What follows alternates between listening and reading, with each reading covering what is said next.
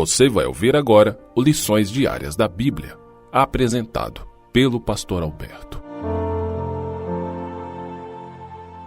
Olá, hoje é quinta-feira, dia 7 de setembro, e o tema do estudo de hoje é Senhores que são escravos. O texto bíblico que baseia o estudo de hoje é Efésios, capítulo 6, no versículo 9. E aqui a Bíblia nos diz o seguinte: E vós, senhores, de igual modo procedei para com eles, deixando as ameaças, sabendo que o Senhor, tanto deles como vosso, está nos céus e que para com ele não há acepção de pessoas. Nas últimas palavras de Paulo aos escravos, seja servo, seja livre, em Efésios 6, verso 8, a palavra livre refere-se aos senhores.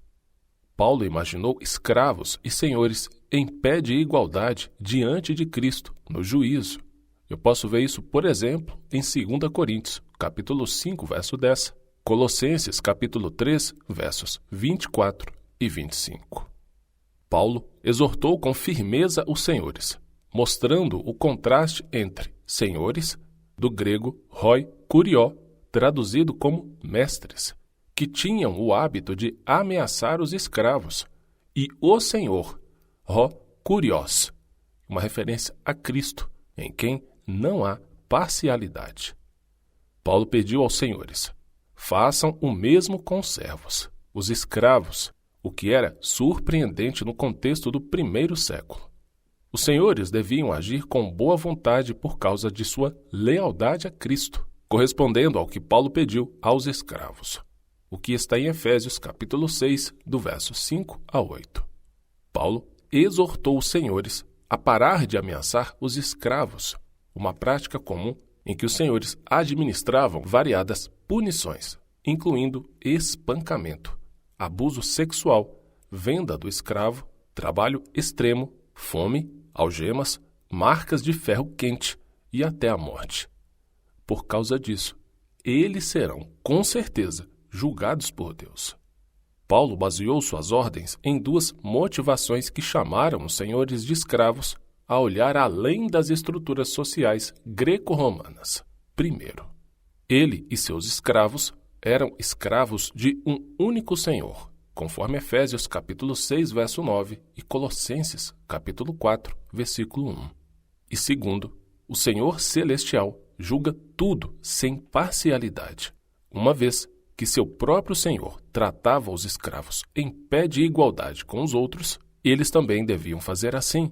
Veja isso, por exemplo, na carta de Filemon, nos versículos 15 e 16. E finalizando nosso estudo, a linguagem de Paulo animou os escravos. Eles receberam a adoção, conforme Efésios capítulo 1, verso 5. Receberam a redenção, conforme Efésios capítulo 1, verso 7. Receberam a herança, conforme o capítulo 1, verso 11 e 14 e o capítulo 3, verso 6. A entronização com Jesus, de acordo com Efésios capítulo 2, verso 6. Receberam também o status de concidadãos ou membros da família de Deus, de acordo com Efésios capítulo 2, verso 19, o capítulo 3, versos 14 e 15. E se tornaram integrantes do corpo de Cristo, conforme Efésios capítulo 3, verso 6 e o capítulo 4, do verso 1 a 16.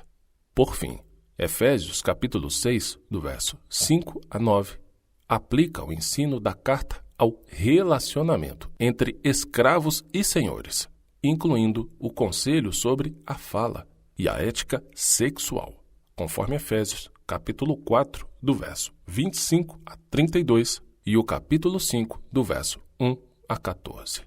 Portanto, o estudo de hoje mostrou que Paulo queria, em Cristo, que todos aqueles que tinham seus servos, ou até mesmo escravos, tratassem essas pessoas com amor, respeito, consideração e fraternidade, porque em Cristo todos os seres humanos se igualam. Primeiro, porque todos nós somos pecadores.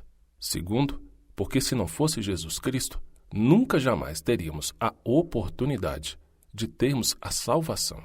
E terceiro, quanto mais tratarmos as pessoas com amor, respeito e consideração, mais teremos a presença de Cristo em nossa vida e seremos cada vez mais parecidos com Ele.